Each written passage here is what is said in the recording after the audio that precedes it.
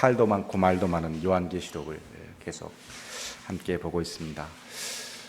요한계시록 1장, 2장, 또 1장은 요한이 어떤 경로를 통해서 어떻게 하나님의 말씀에 계시를 받았는가, 그리고 그 계시를 주신 분이 어떤 분인가, 그리고 2장에 가서 3장에 가서 그 계시를 준 분이 교회에 어떤 경고를 하셨는가, 그리고 4장에서 이제 요한이 눈을 열어보니 하늘에서 예배를 드렸는데 하나님의 보좌의 모습과, 그리고 예수님께서 그 보좌에 앉으신 하나님으로부터 예수님께서 하시는 역할, 이런 것들을 4장과 5장에 이렇게 차근히 설명을 해줍니다. 그러니까 계시의 말씀을 받은 요한이 어떠한 상황에 있었고, 어떻게 그리고 그 계시의 말씀을 받았고, 그 계시의 말씀을 주신 분들이 어떤 분인가, 이제 설명이 다 끝났습니다. 설명이 다 끝났으니까 이제 본론으로 들어가야 되겠죠. 그 계시가 어떤 계시인가, 이제 진짜로 본론으로 들어가는데 6장부터 18장까지가 이제 계시의 본론 부분이라고 할 수 있습니다.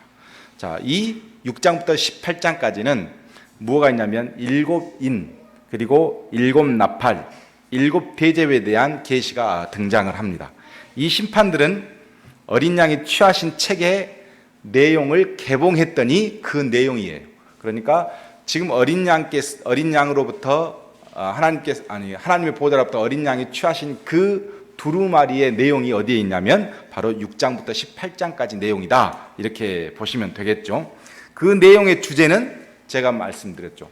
이 심판의 내용의 주제는 뭐냐면 하나님의 교회는 핍박하는 이 악한 세력들은 벌하시고 심판하시고, 그리고 하나님의 백성은 구원하기 위해서 이 세 가지, 7가지 인의 심판, 7가지 나팔의 심판, 7가지 대접의 심판이 있다, 이렇게 볼 수가 있습니다. 심판이라고 하는 건 반드시 구원과 함께 있습니다. 하나님이 심판만 하고 끝내버렸다면 여러분과 저는 존재하지 않아요. 그런데 하나님께서는 반드시 심판과 함께 뭘 주시냐? 구원을 주셔요. 자, 출애굽에서 이스라엘 백성들이 구원을 하셔야 되겠어. 그러니까 뭘 하죠? 애굽 사람들을 심판하시죠. 10가지 재앙을 내려서 심판을 해. 그러면 내 백성은 어떻게 돼요? 구원을 받아요. 이런 것과 똑같이 요한계시록도 이 세상, 교회를 핍박하고 성도들을 고통을 주는 이 세상의 악한 세력으로부터는 반드시 심판을 내리시지만 거기에 속해 있는 백성들을 구원하시기 위한 과정이다. 그래서 우리에게 있어서 심판은 두려움의 대상이 아니고 구원받는 과정이다, 이렇게 보시면 딱 맞겠죠. 그래서 하나님께서 자기 백성을 구원하시고 하나님의 나라를 완성하기 위해서 7인, 7나팔, 7대접의 심판이 있다, 이렇게 생각하시면 틀림없습니다. 그런데 심판이 진행되는 이 과정 중에서 세상에 속한 우리가 그러면 하나도 심판과 전혀 상관없는 그런 대상이 될 것이냐? 심판의 대상은 아니지만 심판의 땅에서 벗어날 수는 없어요. 이스라엘 백성들이 구원받기 위해서 하나님께서 애굽에 심판을 내리셨어. 그런데 이스라엘 백성 어디서 살고 있어요? 애굽에서 살고 있어. 그러면 완전히 동떨어진 그런 상황에서 심판을 받았느냐? 절대 그렇지 않아요. 성경에 보면 영향이 있어요. 이스라엘 백성들도 영향이 있어요. 늘 함께. 그렇지만 그 영향 가운데 하나님께서 자신의 구원의 백성을 최소화시켜서 심판하시고 자신의 백성을 구원하시는 거죠. 그래서 오늘 이 본문에 들어가기 전에 세대주의 종말론자들은 어떻게 생각했냐면 하나님의 백성들은 휴거를 다 해가지고 들림을 받아서 예수님과 공중 재림에서 있고 거기서 예배를 드리고 4장 5장에 보면 예배를 드리잖아요. 예배를 드리고 있고 이 하나님을 믿지 않는 심판받은 백성들은 땅에서 이 7가지 이제 심판을 받기 시작한다, 이렇게 했어요. 그 근거가 뭐냐면 요한계시록 4장 1절에 보면 이렇게 기록이 되어 있어요. 내가 보니 하늘에 열린 문이 있는데 내가 들은 바 처음 내게 말하던 나팔 소리 같은 그 음성이 이르되 이리로 올라오라. 이것을 휴거로 봤어요. 이후에 마땅히 일어날 일들을 내가 내게 보이리라. 그러면서 이후에 일어날 일은 뭐예요? 심판이거든요. 그러니까 이것은 요한에게 하나님께서 하신 말씀인데 이리 올라오라라고 하는 이 말이 오늘날 우리에게 속한다. 그래서 우리가 이제 휴거되고 나머지 일어날 일들을 이제 심판하시기 때문에 우리는 이 심판과 아무 상관없다. 세대주의 종말론자들이 그렇게 가르쳤어요. 그래서 여기에 남아있는 우리는 뭐 해야 돼요? 빨리 휴거를 받아야 돼. 그럼 휴거 받으려면 뭐 해야 돼요? 헌금 열심히 하고 열심히 예수 믿고 열심히 목사님 잘 섬기고 그러면 우리는 휴거돼 갖고 있고 나머지 사람들은 심판받는다. 이렇게 하면서 이장님이 어땠어요? 전부 다 통장에다 돈 잡아갖고 자기는 통장에다 집어넣고 쓰고 있었단 말이죠. 휴거될 건데 뭐다니 통장에다 돈을 넣고 있겠어요. 휴거 안 될 줄 알고 있었으니까 그랬지. 이게 그런 게 다 사이비들이 갖고 있는 거죠. 요한을 초청한 이 말씀을 성도들이 초청받았다 해서 이렇게 둔갑시켜서 그렇게 했어요. 그러나 이거 있어요. 우리는 심판의 대상은 아니지만 심판이 쏟아지는 이 세상에 속해 있다는 사실을 우리가 잊어버리면 안 돼. 근데 그게 어떤 거냐면 막 두렵고 그런 것이 아니라 이 심판을 통해서 하나님은 자기 백성을 구원하여 주실 것이라는 그 소망 가운데 애굽 땅에 있는 것처럼 이 땅에 우리가 있는 겁니다. 그러니까 우리는 심판을 두려워하는 것이 아니라 이 심판을 통해서 하나님께서 우리를 구원해 주실 것이라고 하는 소망으로 기다리고 있는 거죠. 이런 거죠. 우리 중고등학교 때 선배들이 후배들을 막 그 군기 잡는다고 토요일 날 주일 날 예배드리다가 이렇게 데려가서 막 두드러기 펴고 그래요. 그러면 저희 교회가 100년 된 교회인데 중고등부 설교를 해 주실 분이 없어서 청년 그 회장 역할을 하신 분이 와서 설교를 했어요. 그럼 우리 중등부가 다 중고등부가 앉아서 그분의 설교를 들었어요. 지금 생각해 보면 참 얼토당토하는 일이죠. 전도사님 모시면 되는데 그런 형편은 안 되고 그러니까. 그런데 거기 앉아서 예배를 드려요. 예배를 드리면 이 선배가 선배죠. 설교를 하면 정신 못 가서 졸아요. 이제 2시에 중고등부 예배가 있으니까. 그러면 그 고등학교 2학년 선배들이나 1학년 선배들이 딱 이렇게 한번 훑어와요. 그럼 우리가 꾸벅꾸벅 졸고 있으면 대선배께서 설교를 하는데 니들이 어떻게 조냐 해가지고 교회 화장실에 데려가서 때려요. 이제 그러면 두드러 맞아요. 근데 그 중에 예쁜 누나가 있는 저희 친구가 있잖아요. 그럼 선배들이 너 잠깐 이리 와봐. 데리고 나가서 걔만 빼줘요. 그리고 우리는 두드러 맞는 거야. 꼭 이런 거예요. 어쩔 수 없는 그 땅에 우리가 속해 있는데 똑같이 재앙을 당해야 하는 상황인데 하나님께서 자기 백성에 대한 구원의 메시지가 있고 구원의 어떤 것이 있기 때문에 우리는 그것을 소망하면서 이 땅의 심판을 두려워하지 않고 기다리고 있는 거예요. 이제 그런 마음으로 오늘 이 심판 시리즈를 여러분께서 보시면 됩니다. 자, 이 세 개의 심판 시리즈의 구조와 내용을 보면 차이점과 공통점이 있습니다. 재밌죠? 이렇게 해볼게요. 잘 보이네요. 자, 보면 7인, 그러니까 첫째 재앙, 둘째 재앙, 셋째 인의 재앙인데 처음에는 첫째, 둘째, 셋째, 넷째, 다섯째, 여섯째, 7째가 딱 떨어지면서 다시 나팔의 재앙이 시작돼요. 그러니까 이게 끝나고 그 다음 나팔 재앙이 시작된 게 아니라 이 7째 인 안에 나팔 재앙을 집어넣어요. 그래서 이 나팔 재앙이 첫째 재앙, 둘째 재앙, 셋째 재앙, 넷째 재앙, 다섯째 재앙, 여섯째 재앙 딱 끝나고 7째 나팔 재앙 때 다시 7개의 재앙이 또 시작이 돼요. 하나, 둘, 셋, 넷, 다섯, 여섯, 일곱 하면 끝나요. 자, 이런 구조로 되어 있어요. 자, 구조로 되어 있는데 중요한 것은 수량을 보면 인의 재앙은 4분의 1 정도가 속해 있고 나머지는 3분의 1 정도가 속해 있는가 하면 여기서부터는 전체 다가 속해 있어요. 자, 이 구조가 여러분이 머릿속에 딱 집어넣고 생각하면 딱 맞습니다. 자, 이게 무슨 의미를 가지고 있느냐? 제일 처음에 7인 7나팔 7대접의 마지막은 항상 이렇게 돼 있어요. 번개와 음성과 우레와 지진으로 끝이 맺습니다. 재앙이 한번 끝날 때마다 항상 뭐가 있냐면 번개와 음성과 우레와 지진으로 끝을 맺어요.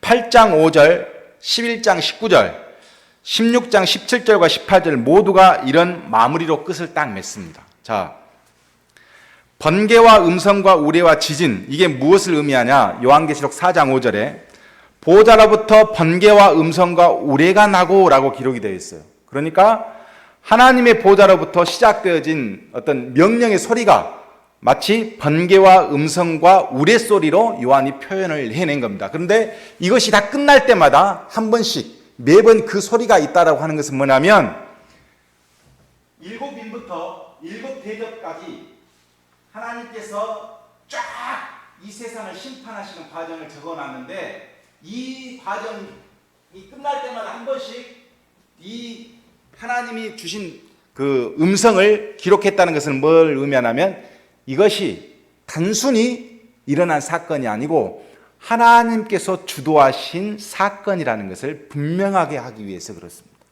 그러니까 이 심판은 그냥 일어난 게 아니라 하나님이 주장하시는 역사라는 사실, 심판의 역사는 우연이 아니라 하나님께서 하신 역사다, 이렇게 보면 딱 맞는 말씀입니다.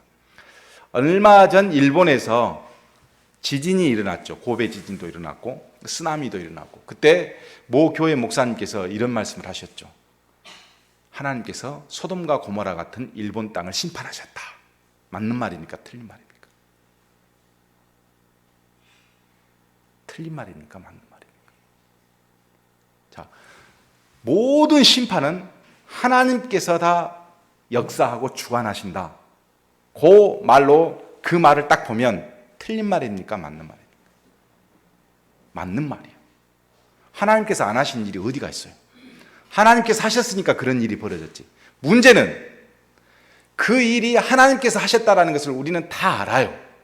자, 무슨 일이든 하나님께서 하신 거야. 근데 중요한 것은 그 심판의 내용이라는 거예요.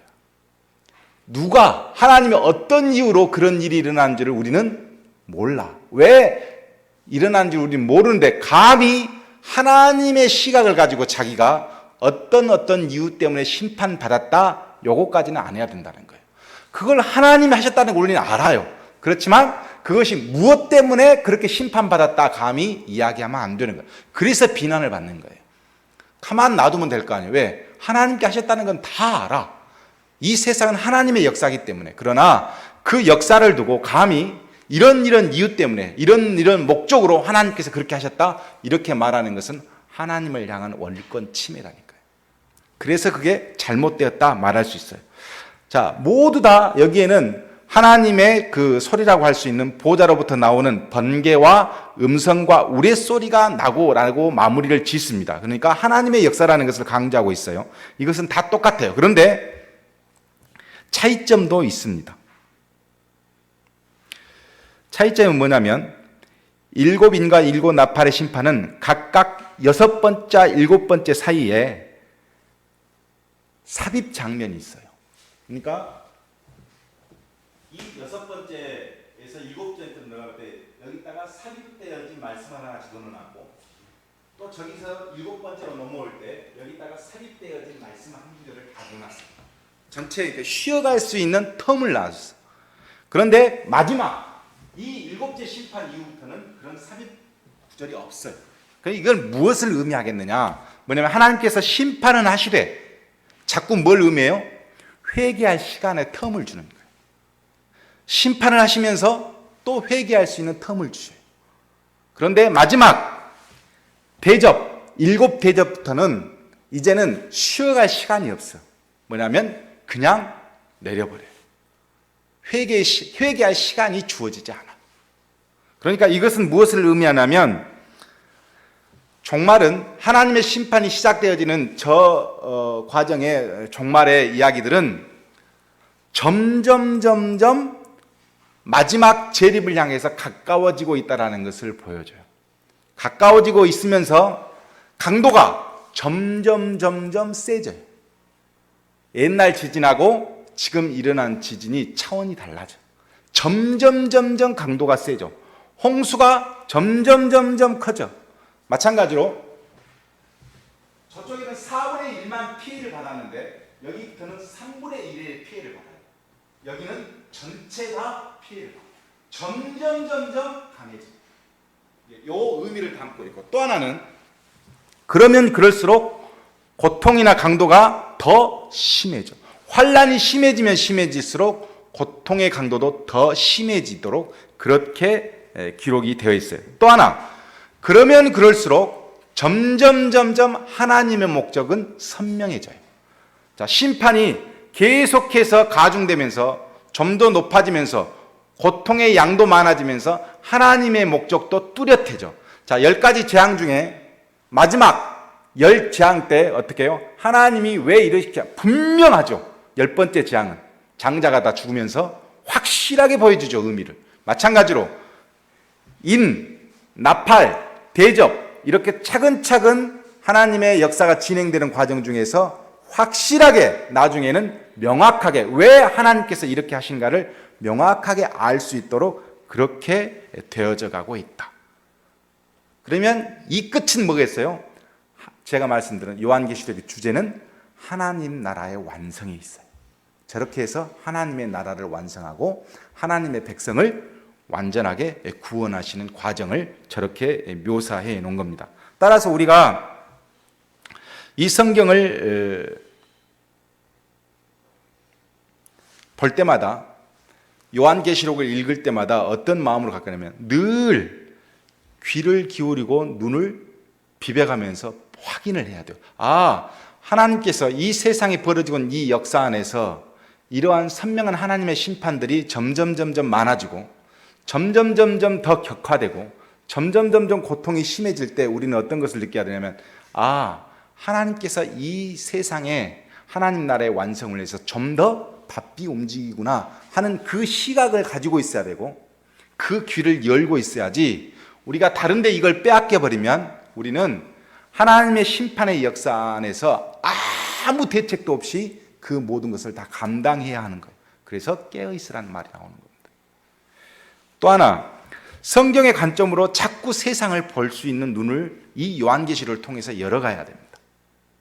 그리고 우리가 이 요한계시록을 통해서 아, 심판을 피해야 되겠다, 심판을 이겨내야 되겠다, 이런 어떤 그 간교한 마음으로 볼 것이 아니라 심판의 역사를 그대로 받아들이면서 어떻게 하면 하나님의 구원의 역사에 내 자신이 함께 이 종말의 때에 성결한 마음으로, 거룩한 마음으로 주님의 나라가 완성되는 이 과정에 백성으로 참여할 수 있겠는가, 이런 거룩한 마음을 가지고 요한계시록을 심판을 여러분들이 읽고 보면 딱 맞다, 이렇게 말씀을 드릴 수가 있습니다. 어렵진 않죠? 어려운가요? 자, 보겠습니다. 자, 6장에 어떤 심판들이 있는가 이제 구체적으로 보면, 자, 첫 번째 심판 여기 나와 있죠.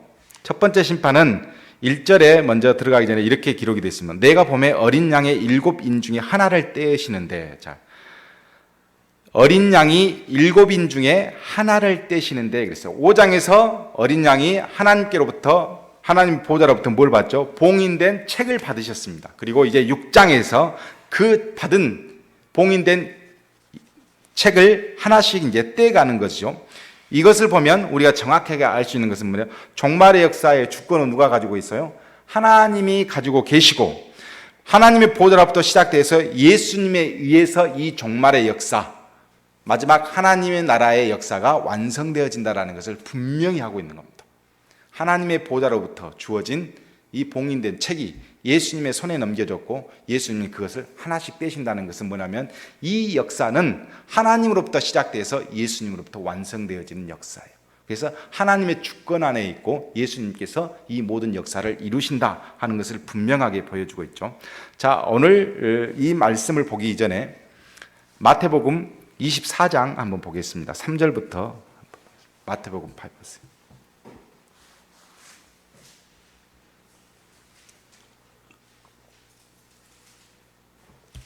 마태복음 24장은 소묵시록이라고 해서 여기 또 작은 요한계시록이다, 뭐 이렇게 표현해도 과언은 아니죠. 그렇게 되어 있는데 최근 신학자들은 조사를 많이 했더니 이것이 예루살렘 성이 마지막 포위돼서 망하기 직전 상황과 굉장히 유사한 면이 많이 있다. 그래서 예수님께서 말씀하신 이 소묵시록은 예루살렘 성이 무너지기 직전의 과정을 예수님께서 말씀하셨다라고도 봅니다. 그래서 제가 그 책을 지금 계속 읽고 있는데 굉장히 많이 맞아요. 그것도 있지만 어찌됐든 예수님께서 요한계시록에 버금갈 만큼 작은, 앞으로 어떤 이 세상에서 종말의 때에 일어날 그런 일들에 대해서 우리에게 좀 지혜를 주는 부분이 있기 때문에 한번 읽고 그 다음 요한계시록을 보도록 하겠습니다. 자, 3절, 4절, 3절부터 14절까지 제가 한번 읽고 여러분이 한번 읽고 이렇게 하겠습니다. 예수님께서 감난산 위에 앉아 계실 때 제자들이 조용히 와서 이르되 우리에게 이르소서 어느 때 이런 일이 있겠사옵나이까 주의 임하심과 세상의 끝에는 무슨 징조가 있사오리이까. 예수께서 대답하여 이르시되 너희가 사람의 미혹을 받지 않도록 주의하라. 많은 사람이 내 이름으로 와서 이르되 나는 그리스도라 하여 많은 사람을 미혹하리라. 난리와 난리 소문을 듣겠으나 너희는 삼가 두려워하지 말라. 이런 일이 있어야 하되 아직 끝은 아닙니다. 민족이 민족을 나라가 나라를 대적하여 일어나겠고 곳곳에 기근과 지진이 있으리니 이 모든 것은 재난의 시작입니다. 그때 사람들이 너희를 환난에 넘겨주겠으며 너희를 죽이리니 너희가 내 이름 때문에 모든 민족에게 미움을 받으리라.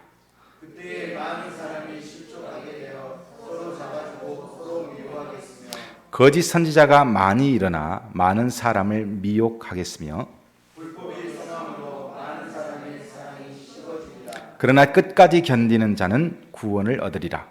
이 천국 복음이 모든 민족에게 증언되기 위하여 온 세상에 전파되리니 그제야 끝이 오리라. 자, 오늘 예수님께서 이 하신 말씀과 오늘부터 진행되어지는 저 심판의 내용과 여러분께서 비교하여 보시면 크게 틀리지 않다라는 것을 잘 알게 됩니다. 자, 먼저 이제 예수님께서 오늘 차례대로 첫째 인을 넷째 인을 떼시는데 중요한 것은 여러분께서 기억하셔야 할 것은 나중에 설명을 드릴게요. 자, 흰말, 붉은 말, 거물말, 청황색 말이 등장합니다. 자, 말을 안 타보셨죠? 제주도 가셔서. 자, 탄자들이 각각 등장하는데 이 말들이 각각 재난을 의미하고 있습니다. 자, 말탄자.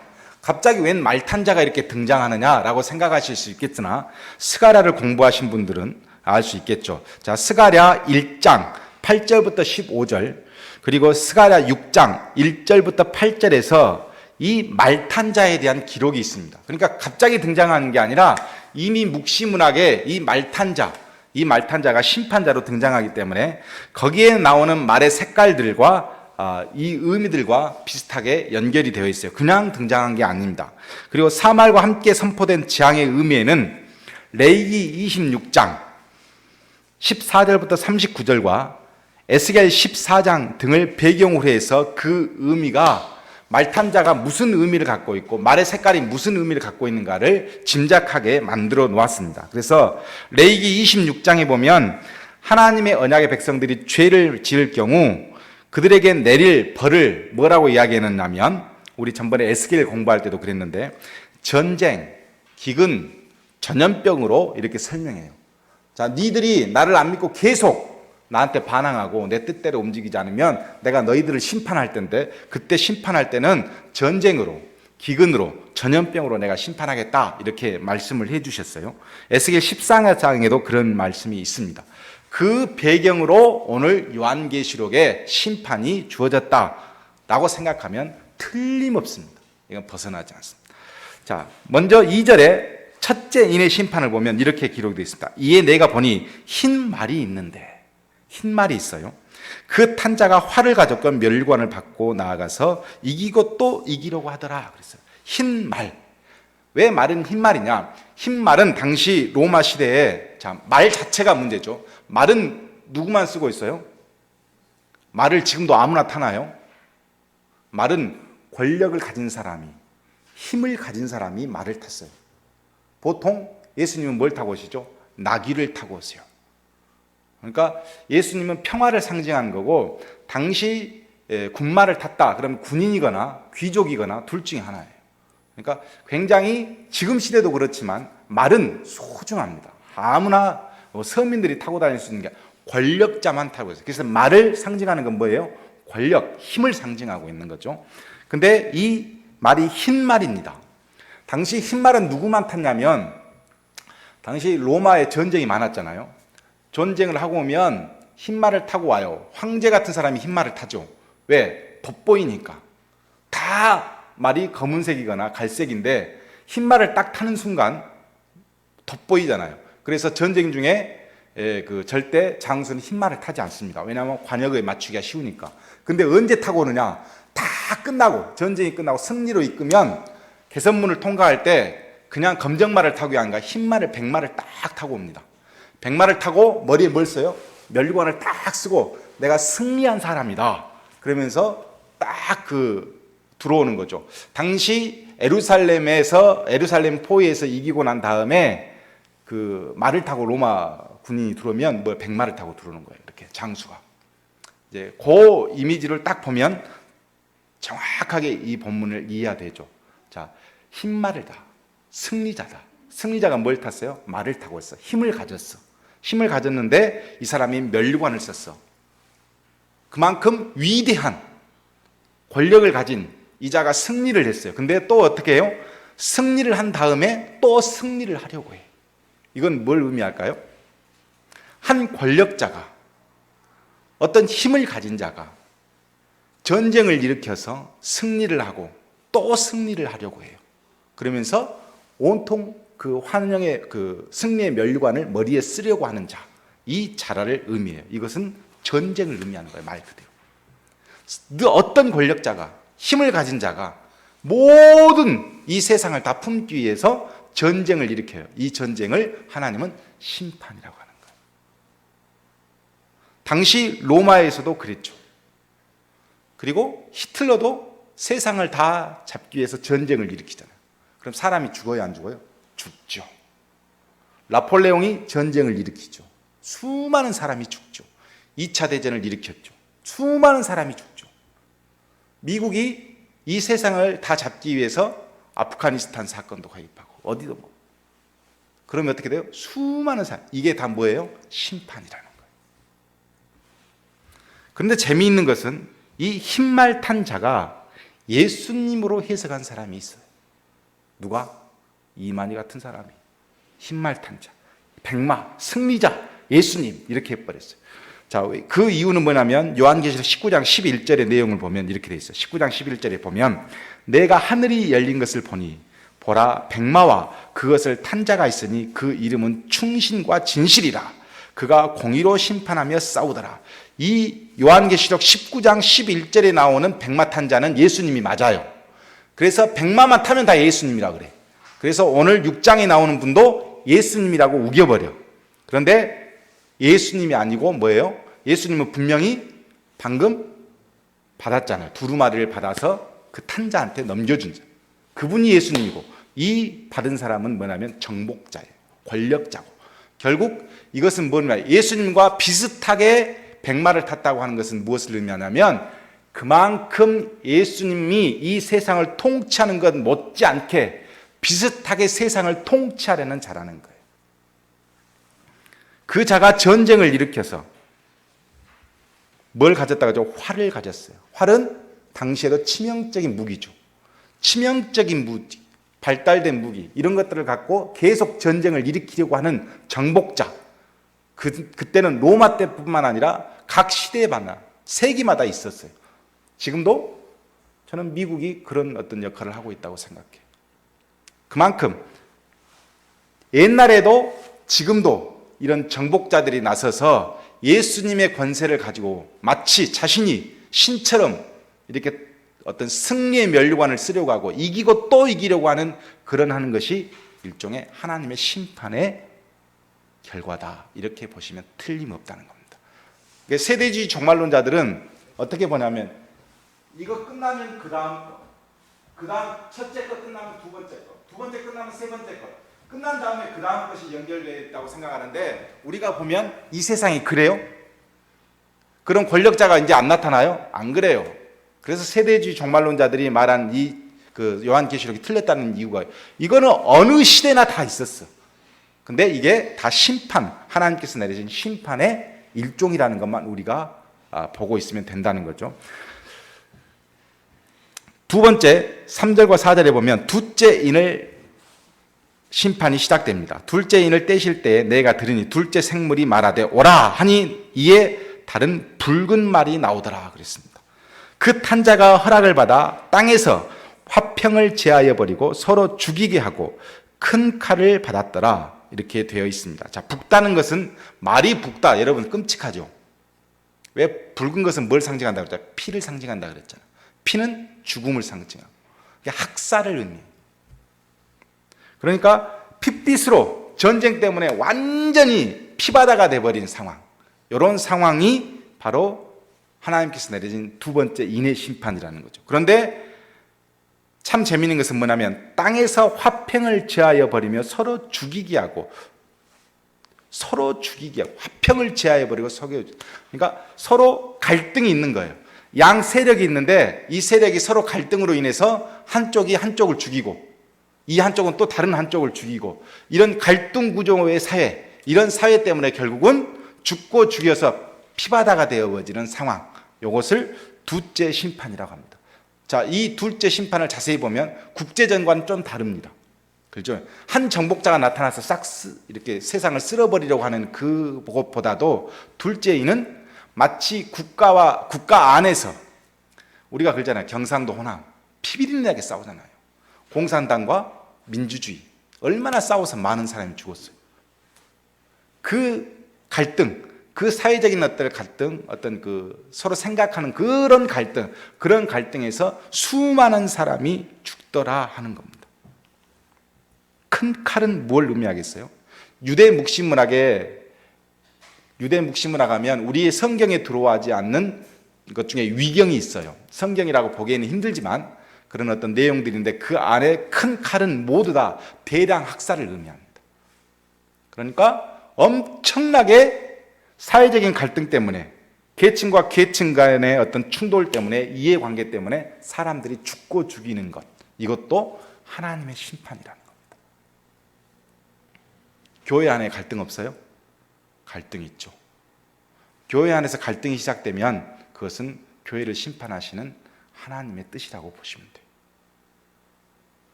계층과 계층이, 집단과 집단이 서로 죽고 죽이는 것, 요거는 하나님의 심판입니다. 그러니까 항상 우리는 그런 갈등이 있으면 이것을 눈여겨보면서 우리는 회개해야 되고 굉장히 관심 있게 봐야 된다는 거죠. 자, 5절 6절 셋째 인의 심판이 시작됩니다. 셋째 인을 떼실 때에 내가 들으니 셋째 생물이 말하되 오라 하기로 내가 보니 검은 말이 나오는데 그 탄 자가 손에 저울을 가졌더라 그랬습니다. 그런데 내가 네 생물 사이로부터 나는 듯한 음성을 들으니 이르되, 그 저울 든 자가 뭐라고 그러냐면 한 데나리온에 밀 한 대요 한 데나리온에 벌이 석 대로다. 또 감람류와 포도주는 해치지 말라 하더라. 이렇게 되어 있습니다. 자, 검은색 하면 여러분 항상 성경에서 검은색은 슬픔과 애곡 그리고 황폐한 것을 의미합니다. 자, 검은 말을 탄 자, 이 사람이 손에 뭘 가지냐면 저울의 무게를 측정하는 저울을 가지고 있어요. 근데 이 사람이 이가 사용하는 그 저울에다가 달아봤더니 한 데나리온에 밀 한 대고 한 데나리온에 벌이 석 대로다 이랬어요. 한 데나리온은 얼마냐면 노동자가 하루 품값이에요. 그러니까 우리가 지금 노동일하면 한 10만 원 받는다면 이 10만 원 가지고 뭘 샀냐면 벌이 한 대를 사요. 여러분 돈 갖고 벌이 한 대를 이만큼 샀다고 생각해 보세요. 그러면 이게 얼마나 비싼 거예요. 그리고 뭐죠? 밀 한 대, 벌이 석 대. 10만 원 갖고 그거밖에 못 산다고 한번 생각해 보세요. 그러면 얼마나 물가가 폭등했다는 거예요. 하루 열심히 일해가지고 밀 한 대를 샀어. 열심히 일해서 거칠거칠한 벌이 석 대를 샀어. 그러면 물가가 폭등했다는 거야. 이건 뭘 의미해요? 기근을 의미해요. 기근. 먹고 살기 힘들어졌다는 거예요. 그럼 로마 시대 때만 기근이 있었어요? 21세기에 우리는 굶어 죽는 사람 우리나라에 별로 없잖아요. 그럼에도 불구하고 지금도 인구의 4분의 1은 굶어 죽어요. 엄청난 숫자죠. 우리도 보릿고개 넘은 지 얼마 안 됐잖아요. 이게 기근 이것 자체가 이미 하나님의 심판이라는 겁니다. 그런데 참 재미있는 것이 이렇게 기록이 되어 있어요. 감람류와 포도주는 해치지 말라 그랬어요. 기근이 진행되고 있는데 감람류와 포도주는 해치지 말라 그랬어요. 그 당시에 감람류와 포도주는 어떤 계급 사람들이 뭐냐면 귀족 사회, 좀 잘 살고 부유층들이 감람류와 포도주를 갖다 먹습니다. 자, 다 손대도 감람류와 포도주는 손대지 말라 이렇게 이야기해요. 이게 뭘 의미하겠어요? 먹고 살 사람은 먹고 살게 놔둬라. 이 지구상에 기근이 있어도 안 굶고 사는 사람들은 안 굶고 살아. 먹고 살 사람은 어떤 사람들? 부유한 사람들. 계급을 갖고 있는 사람들은 먹고 살 만큼 살아. 여러분이 지금 먹고 살 만큼 살고 있다. 나는 그래도 한 끼는 안 굶는다 하면 여러분 부유층에 속한다는 사실을 알아야 돼요. 중요한 건 뭐냐면 이렇게 여유를 주는 이유가 뭐냔 말이에요. 기근을 전체 다 주는 게 아니라 어느 한쪽, 그리고 어느 한쪽은 감람류와 포도주로 그냥 그 생계를 유지할 수 있는 정도가 돼버려요. 이렇게 하는 것은 뭐예요? 기회를 주는 거예요. 자꾸 하나님은 4분의 1만 자꾸 기회를 주는, 심판이 있을 때마다 그것을 보고 하나님의 심판이라는 것을 느끼고 기회를 주는 거예요.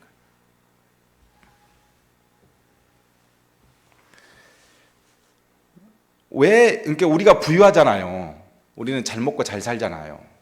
그럼 가난한 사람을 보잖아요. 그러면 저 사람은 하나님이 심판받아서 저렇게 가난하다 이렇게 우리가 봐야 될까요? 이게 정상적인 눈일까요? 여러분 한번 생각해 보세요. 이게 정상적인 눈인가? 하나님께서 심판을 내리셨어. 이 지구상에 심판을 내리셔. 기근에 허덕이는 사람들이 막 죽어가. 인구의 4분의 1이 허덕여. 그런데 그러면 4분의 3은 야, 저놈도 심판받았네. 멋지게 받고 있구만. 이런 마음으로 우리가 그 심판을 봐야 된단 말이에요. 그렇게 한국교회가 유도하고 있잖아요. 당신들 헌금 잘하면 안 굶는다. 그게 고의 이야기예요. 그러면 우린 보는 눈은 뭐예요? 나한테도 저 심판이 내릴 수 있다라는 그 마음으로 회개하고 그 하나님이 심판을 내리시는 그 심판에 그 눈빛으로 내 삶을 비춰보면서 어떻게 하나님이 내리신 이 심판에서 참 지혜로 살아갈 수 있는가? 요 눈을 가져야지. 야, 나는 면해버렸네. 나는 아주 건전하네, 좋네. 요런 느낌으로 있으라고 요구하지 않는다는 거예요. 그런데 자꾸 세대주의 종말한 자들 이렇게 이끌고 가. 그러니까 나는 교회에 헌금 좀 많이 하고 전도 좀 많이 하면 이런 심판에서 면할 거라고 생각하면서 이 요한계시록을 보기 때문에 엄한 데로 가는 거예요. 자, 일곱째, 여덟째, 넷째 인의 심판이 시작됩니다. 넷째 인을 떼실 때에 내가 넷째 생물의 음성을 들으니 말하되 오라 하기로 내가 봄에 청황색 말이 나오는데 그 탄 자의 이름은 사망이니 음부가 그 뒤를 따랐더라. 그들이 땅 4분의 1의 권세를 얻어 검과 흉년과 사망과 땅의 짐승로서 죽이더라. 그렇게 했어요. 자, 청황색 하면 말이 청황색이다. 한번 생각해 보세요. 아찔하잖아요. 왜 아찔하죠? 사람이 죽으면 청황색으로 변해요. 자, 근데 뭐냐면 이 넷째 인은 앞에 세 번째 인 모두를 통합한 결론으로 사망이라는 것으로 이름을 지어놨잖아요. 결론으로 주어졌습니다. 그래서 자, 어떤 것이 생기냐면 공포를 느끼게 해놨어요. 그런데 이 청황색 말은 사람이 죽으면 시체 색깔이 되잖아요. 이 시체 색깔을 여러분 안 보셨죠? 돌림병 돌 때 사람이 어떻게 돼요? 그냥 죽는 사람과 돌림병이 돌아서 병균이 퍼져서 죽는 사람은 시체가 달라요. 가면 갈수록 더 청황색이 돼. 시퍼래져서 죽어. 물속에서 끄집어낸 사람 못 봤죠? 저는 봤어요. 어렸을 때. 시퍼래져. 아찔하게. 그런데 그 색을 여기다 집어넣어놨어요. 이 사망이라는 단어는 헬라어로 다나토스라고 하는 단어인데 온역을 의미합니다. 전염병. 전염병은 하나님의 심판이라는 거예요. 21세기 뭐가 싸우죠? 우리 전염병하고 싸우잖아요. 병균하고. 시퍼렇게 되죠. 검과 흉년과 사망의 땅에 짐승들로서 죽이더라. 이렇게 기록이 되어 있습니다. 이 말씀은 에스겔 14장 21절의 내용과 아주 흡사합니다. 에스겔 14장 21절에 이렇게 써져 있습니다. 주 여호와께서 이같이 이르시되 내가 나의 네 가지 중한 벌 곧 칼과 기근과 사나운 짐승과 전염병을 에루살렘에 함께 내려 사람과 짐승을 그 중에서 끊으리니 그 해가 더욱 심하지 아니하겠느냐. 자, 전염병이 사람에게만 옵니까? 짐승, 얼마 전에 또 오리, 닭, 구제역 모두 다 전염병 시퍼렇게 돼버렸죠. 이것이 뭐라? 하나님의 심판이라는 거예요. 자, 그런 일이 있을 때마다 우리는 하나님의 심판이 이 땅에 내려지고 있다라고 생각하면서 그 모든 것들에 대해서 끊임없이 스스로를, 내 삶을, 그리고 하나님의 나라가 완성되어지고 있다는 것을 느껴야 됩니다. 저 어렸을 때는 병영균이 그렇게 많지 않았어요. 안 그랬던가요? 아무데나 먹고 해도 크게 뭐 병 걸리고 없었어요. 뭐 40도, 50도 올라가도 한 번도 전 병원에 가본 적이 없어요. 50도까지는 안 가지. 근데 왜 요즘 애들이 40도만 올라가도 막 난리잖아요. 부모들이 병원에 응급실에 데려가지고. 왜 그러죠? 못 이겨내. 약해져. 병영군은 많아져. 그러니까 이게 자꾸 점점 더 강해지고 있다는 것을 우리가 못 느끼고 있어. 과학이 점점 발전하니까 이것을 만회할 것이라고 생각하죠. 참만해요. 항생제 재앙은 어쩔 수 없이 인류가 받아들일 수밖에 없는 재앙이라니까요, 여러분. 항생제 좋아하지 마세요. 항생제 재앙은 인류가 어쩔 수 없이 받아들일 수밖에 없는 재앙이라니까요. 항생제가 안 들어버려, 이제. 어떤 병원균만 들어와도 우리는 이겨낼 수 없는 몸이 돼버려. 이게 인류의 재앙으로 지금 오고 있는데 몰라. 과학자들이 말을 안 할 뿐이지. 점점 병원균은 강해져. 점점 횟수도 많아져. 사람은 점점 약해져. 이게 그냥 일어난 것이 아니라 하나님께서 내리고 있는 인류를 심판하는 과정 중에 우리가 있다는 사실을 알고 우리가 어찌하든지 하나님의 백성으로서 하나님께서 써가고 있는 이 인류의 심판의 역사에 동참하면서 우리는 소망하고 두려워하는 게 아니라 소망하면서 하나님의 눈으로 자꾸 이 세상을 보려고 하는 눈이 필요하다는 겁니다. 그래서 요한계시록이 굉장히 중요한 겁니다. 우리는 하나님의 심판의 역사가 지금도 이루어지고 앞으로도 이루어질 것이라, 어느 한 시대의 사람들이 요거를 딱 깨달아서 누구는 들림을 받아서 요 심판을 피하고 누구는 지혜가 없어서 심판을 당하고, 이런 그 게임으로 이 요한계시록이 주어지지 않았다는 것을 항상 우리는 알아야 돼요. 나는 교회에서 열심히 기도하고 있고 열심히 헌금하고 있으니까 요거는 제하여 줄 것이다, 그런 의미로 요걸 요한계시록을 준 것이 아니고, 하나님의 역사는 어쩌든지 하나님이 완성할 하나님의 나라를 향해서 달려가고 있고, 이 시대에 시시때때로 벌어지고 있는 이 심판의 역사를 그냥 무덤덤하게 나는 안전하다 넘어가지 말고 제발 하나님의 써가는 역사의 눈으로 항상 바라보면서 긴장하라는, 깨어있으라는 겁니다. 그리고 지금 이 시대에서 내가 뭘 할 것인가 한 번쯤은 생각해보고 살라는 겁니다. 그래서 요한계시록 우리에게 중요한 말씀.